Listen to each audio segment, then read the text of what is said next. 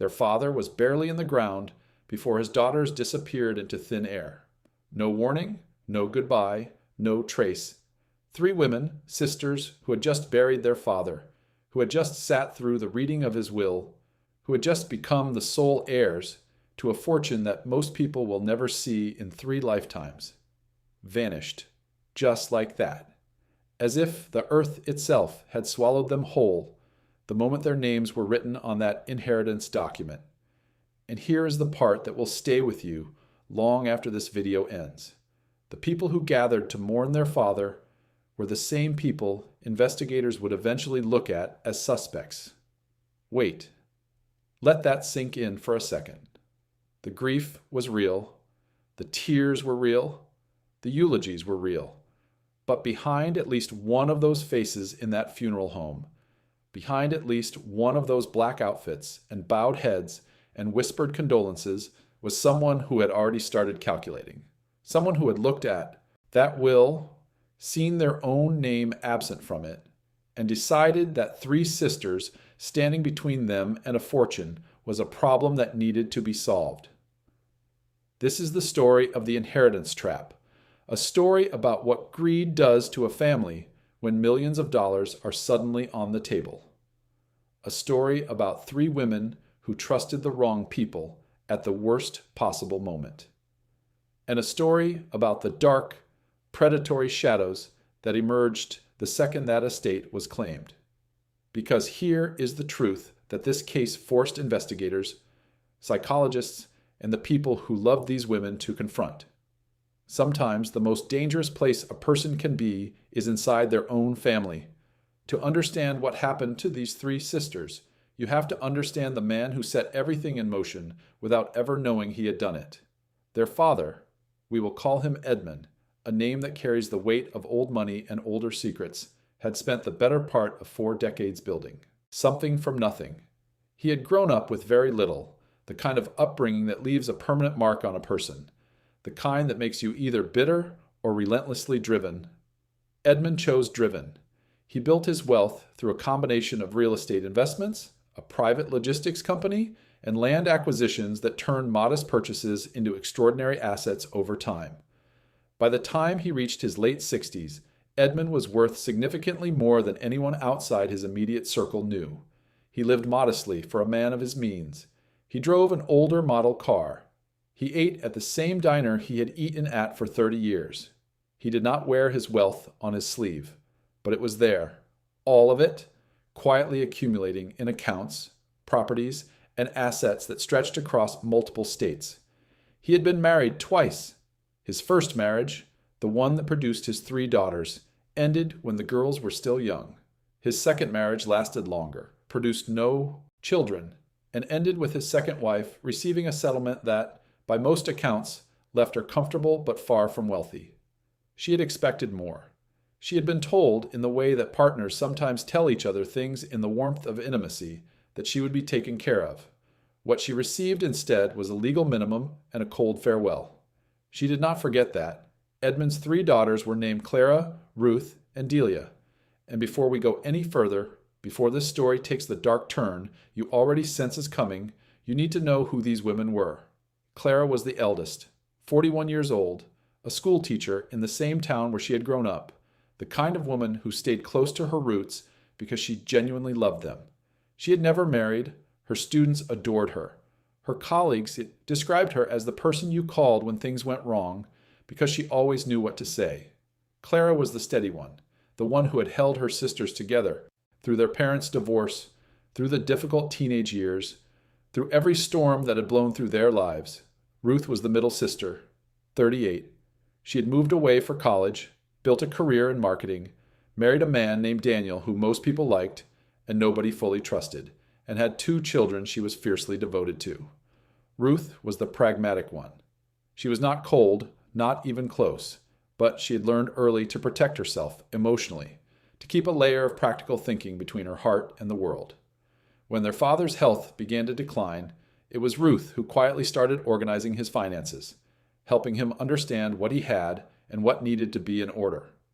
Delia was the youngest, 35, the one who looked most like their father, who had inherited his stubbornness and his charm in equal measure. She was a freelance photographer who traveled constantly, who had the kind of life that looked impossibly free from the outside and was quietly lonely from the inside.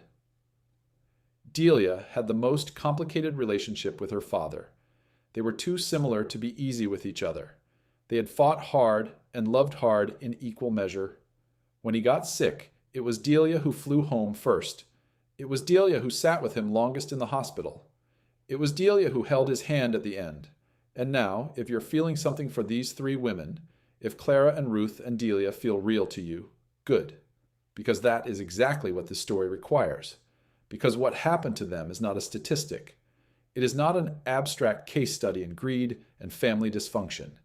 It is the story of three real women who deserve to bury their father, grieve him properly, and build their futures with the gift he left them. They never got that chance. Edmund died on a Tuesday in late autumn. The cause of death was listed as cardiac failure, which was accurate as far as it went, but the weeks leading up to his death had been complicated in ways that his doctors noted but did not fully investigate at the time. He had been weak. He had been confused on several occasions. There had been moments where he seemed to improve and then declined sharply again in ways that, in retrospect, felt less like the natural progression of illness and more like something else entirely. But that retrospect would only come later. At the time, his death was mourned and accepted. The funeral was attended by family, by old business associates, by neighbors who had known him for decades. Everyone was there. His three daughters, grief-stricken and holding each other. His second ex-wife, composed and watchful in the back row. Several extended family members. Nephews, cousins, a brother named Victor, who had not spoken to Edmund in years, but appeared at the graveside with an expression that the daughters later described as less like grief and more like relief. And then came the will. The reading took place 4 days after the funeral in the office of Edmund's longtime attorney. Present were Clara, Ruth, and Delia. Present also, because they had demanded to be included, were Victor and Edmund's second ex-wife, whose name was Margaret. What the attorney read out loud in that room changed everything. Edmund had left his entire estate, every property, every account, every asset, the logistics company, all of it, to his three daughters in equal thirds. There were small bequests to a few charitable organizations he had supported over the years. There was nothing for Victor. There was nothing for Margaret beyond what she had already received in their divorce settlement. The room went very quiet. Clara, Ruth, and Delia reached for each other's hands. Victor stood up and left without a word.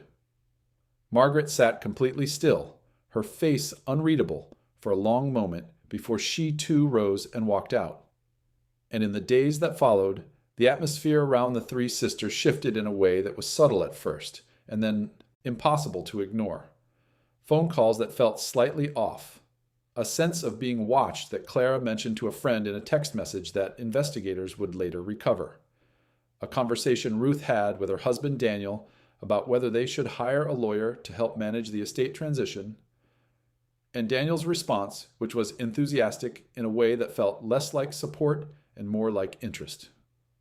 3 weeks after the will was read, Clara did not show up for work.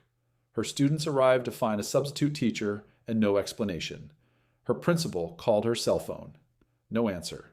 Ruth called. No answer. Delia drove to Clara's house and found it locked. Her car in the driveway, her coffee maker still on, a half-eaten piece of toast on the kitchen counter. Clara was gone. If you are watching this right now and you feel the chill of that image, a coffee maker still running, toast going cold, a life interrupted mid-morning, please take 1 second to subscribe to this channel. These stories matter, these women matter, and every subscriber helps make sure their voices reach more people. Ruth called the police immediately. She was not the type to wait and see. She knew her sister. She knew something was wrong. The officers who responded initially treated it as a possible voluntary absence, an adult woman who had perhaps needed to get away. Ruth told them, with quiet, controlled fury, that Clara had not missed a single day of school in 11 years and that she would never leave her coffee maker running. They opened a missing persons case. 2 days later, before investigators had made any significant progress on Clara's disappearance, Ruth stopped answering her phone. Daniel, her husband, reported her missing that evening, telling police she had gone out to run errands and never came home. Her car was found, parked outside a grocery store 3 miles from their house. Her purse was inside the car. Her phone was inside the car. Ruth was not. Now investigators were dealing with something that had moved far beyond coincidence. 2 sisters, both heirs to a substantial estate, both gone within days of each other, both vanished cleanly, without witnesses, without struggle, without any of the chaotic evidence that typically accompanies a crime committed in haste or anger. This was not impulsive. This was planned. Delia, the youngest sister, received the news about Ruth while she was staying at a hotel 2 towns over. She had been too frightened to stay at her own home after Clara disappeared. She called the detective assigned to the case. She told him she was scared.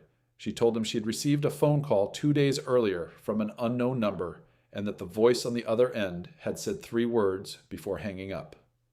"You are next." Investigators moved Delia to a secure location immediately. But here's where this case takes a turn that no one saw coming. Within 48 hours of being placed in what she had been told was a secure and undisclosed location, Delia was gone too. Gone from inside a supposedly safe house. Gone from under the watch of people whose job it was to protect her. Gone in a way that raised immediate and devastating questions about who had known where she was. And that is when investigators realized something that changed the entire direction of the case. The leak had come from inside. Somebody with access to law enforcement information, somebody connected to the investigation itself, or to someone within it, had told the wrong person exactly where Delia was. The fractured family dynamics that had been simmering beneath the surface of this case suddenly cracked wide open, because this was no longer just about greed. This was about access. This was about someone who had connections, who had reach, who had placed themselves close enough to the investigation to monitor it and manipulate it. Investigators went back to the beginning. They pulled every financial record connected to Edmund's estate. They pulled phone records for Victor, for Margaret, for Daniel. They pulled the visitor logs from Edmund's hospital stays in the final weeks of his life. And what they found, buried in the details that had been hiding in plain sight, was a picture so calculated and so cold that even veteran investigators described it as one of the most methodical cases of inheritance-motivated crime they had ever encountered. Victor had visited Edmund in the hospital 6 times in the final 3 weeks of his life. This was notable because, as everyone knew, Victor and Edmund had not spoken in years. Victor's sudden reappearance at his brother's bedside had been explained away as a deathbed reconciliation. Nobody had questioned it too hard because it is the kind of thing people want to believe, that families find their way back to each other at the end. What the hospital visitor logs also showed was that Margaret had been there on 4 of those 6 occasions. Margaret, who had no legal or familial reason to be present. Margaret, who Edmund's daughters had not known was visiting. Margaret, who had been quietly and carefully positioning herself back inside Edmund's world during his most vulnerable weeks. And then there were the financial records, specifically a series of wire transfers from an account connected to Victor's business to an account that investigators traced after significant effort to Daniel, Ruth's husband, the man who had reported her missing with what witnesses described as a performance of concern that felt slightly too practiced, slightly too prepared. 3 people, 3 separate relationships to the estate, 3 separate motives, and what appeared to be one coordinated plan. Here is what the psychological profile of this kind of crime looks like, according to forensic experts who have studied inheritance-motivated family violence extensively. The perpetrators are almost never the people who look the most volatile. They are not the ones making scenes at the will-reading or threatening lawyers. They are the quiet ones, the composed ones, the ones who leave the room without a word, like Victor did, and then go somewhere private to make a phone call. Inheritance crime of this scale and coordination requires patience. It requires the ability to grieve publicly while planning privately. It requires a level of psychological compartmentalization that most people find genuinely difficult to comprehend, the capacity to sit at a funeral, to cry real tears perhaps, and simultaneously be executing a plan to eliminate the people sitting beside you. Greed, when it reaches this level, does not look like greed from the outside. It looks like family. It looks like devotion. It hides behind the mask of the people you trust most. And that is precisely what makes it so lethal. The breakthrough in the case came from an unexpected direction, a storage unit, rented under a name that did not immediately connect to any of the primary suspects, paid for in cash, located 40 minutes from the family home. Inside, investigators found documents, financial projections, legal research on estate contestation, printed maps of the areas where Clara and Ruth had last been seen, and a burner phone with a call history that began to unravel the coordination between Victor, Margaret, and Daniel with devastating clarity. The burner phone contained the 3-word call to Delia. It also contained calls to a contact saved simply as L, a person investigators identified as a low-level law enforcement administrative employee with access to case file locations. The person who had told the wrong person where Delia was being kept. Arrests came in sequence over the following 72 hours. Victor first, then Margaret, then Daniel, who was taken into custody at the airport with a one-way ticket and a bag packed for a country with no extradition treaty with the United States. And Clara, Ruth, and Delia? They were found alive, not unharmed, not unchanged, but alive. The details of where they had been held and what they had endured in those weeks are not something this story will linger on, because these women have fought hard to reclaim their lives and their privacy, and they deserve that reclamation to be honored. What can be said is that their survival was due in part to each other, to the ways that even in darkness, separated and frightened, the bonds between 3 sisters proved stronger than the plan designed to break them. Clara went back to her classroom. Her students made her a banner. She cried for a long time before she was able to stand in front of them again. Ruth filed for divorce from Daniel before he had even been formally charged. She moved her children to a new city and started over with the quiet ferocity of a woman who had survived something unsurvivable and come out to the other side. Delia stopped traveling. For a while, she could not leave the town where she had grown up. She started photographing small things, her sister's hands, the light through kitchen windows, the ordinary moments that felt extraordinary after weeks of wondering if she would ever see them again. Victor was convicted on multiple charges, including conspiracy, kidnapping, and fraud. Margaret received a significant sentence for her role in the planning and execution of the disappearances. Daniel, extradited after a lengthy legal process, was convicted on conspiracy and kidnapping charges and is currently serving his sentence. Edmund's estate passed to his daughters as he intended. The fortune he had spent a lifetime building went to the 3 women he loved most in the world. But here's what stays with you after this case. Edmund had worked his entire life to leave his daughters something that would protect them. He had structured his will carefully, deliberately, with the explicit intention of giving them security and freedom, and instead, that inheritance became the thing that nearly destroyed them. The wealth he meant as a shield became the target on their backs. The love he encoded in that document became the trigger for a predatory feeding frenzy that nearly cost 3 innocent women their lives. That is the inheritance trap. Not just the legal mechanism, not just the financial calculation, but the devastating irony of a father's love becoming his daughter's greatest danger through no fault of his own and through every fault of the people who surrounded him. Clara, Ruth, and Delia survived, and they will tell you, have told the people close to them, that surviving is not the same as being unbroken, that what was taken from them in those weeks is not something that comes back fully, ever, that the face of grief looks different now when they look at each other, that they hold on a little tighter and trust a little more carefully and live with a knowledge of human darkness that most people are lucky enough never to acquire. But they are here. They are together. And the man who wanted to erase them from the inheritance he never deserved failed. That matters. It has to matter. If this story reached into your chest and held on, if Clara and Ruth and Delia feel like people you know now, people you were rooting for from the very first second, then do something with that feeling. Like this video right now. Share it. Make sure this story reaches someone who needs to hear it. Because awareness is not just emotional, it is protective. Knowing that inheritance crime exists, that it hides behind family faces and funeral black and composed expressions, could one day be the thing that saves someone. Subscribe to this channel if you are not already part of this community. Every single subscriber is a vote for stories like this one. Stories that refuse to let victims be reduced to headlines, that insist on the full humanity of the people who suffered, that hold space for both the horror and the survival. And leave a comment below. Tell us what moment in this story stopped you cold. Tell us what you felt when Delia disappeared from the safe house.